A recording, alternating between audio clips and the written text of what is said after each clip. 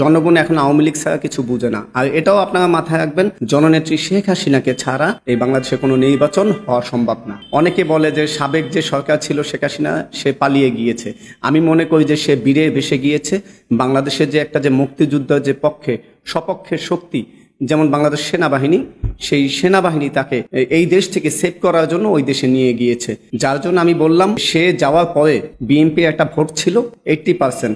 এখন যে গুণ, খুন, হত্যা, নির্যাতন, ধর্ষণ, চাঁদাবাজি, এটার জন্য বিএনপি মাঠে কোনো ভোট নেই। রাজনৈতিক ক্ষেত্রে বলে যে গণহত্যাকারী দল, কিন্তু আজ পর্যন্ত আপনারা বলতে পারবেন এই যে 5ই আগস্টে যে আন্দোলনটা হয়েছে এখানে শেখ হাসিনা কাউকে গুণ, খুন, হত্যা করেছে বা তার দলের একটা লোক এরকম কোনো ডকুমেন্টস আছে? স্বরাষ্ট্রমন্ত্রী নির্দেশ দিয়েছে, সে নির্দেশ দিয়েছে, এরকম আমরা কোনো ডকুমেন্টস পাই নাই। জানি না জুলাই আন্দোলনে যে শহীদ হয়েছে আত্মার মাগফিরাত কামনা করছি। আর যে গুলিগুলো হয়েছে, যারা গুলিগুলো করেছে, আমি মনে করি যে অতি দ্রুত তাদের বিচার হোক। নরসিংদী থেকে 160 জন জঙ্গি জেলখানা ভেঙে পালিয়েছে, তাদেরকে অতি দ্রুত ধরা হোক। ওদেরকে ধরলে কারা কি করেছে এটা সম্পূর্ণ পাওয়া যাবে।